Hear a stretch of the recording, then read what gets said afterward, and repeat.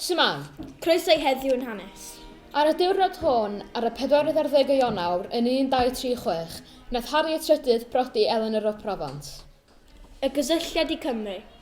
Roedd Harri y Trydydd wedi brwydran aml hefo ambell i Gymro canolwysod enwog, yn cynnwys Dafydd ap Llywelyn, mab Llywelyn Fawr, ac Wirion Llywelyn Fawr, sef Owain Goch Gruffydd a Llywelyn ap Gruffydd, Llywelyn ein lliw olaf.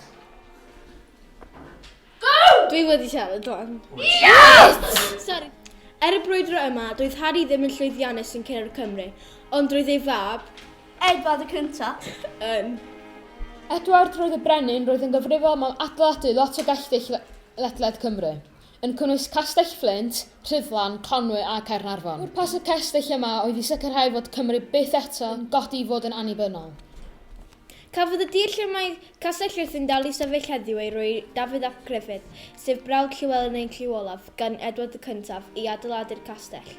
Er bod y castell ddim yn cael ei ystyried fel un o'r rhai Edward. Come on! Llywelyn y cyntaf? Oh my god!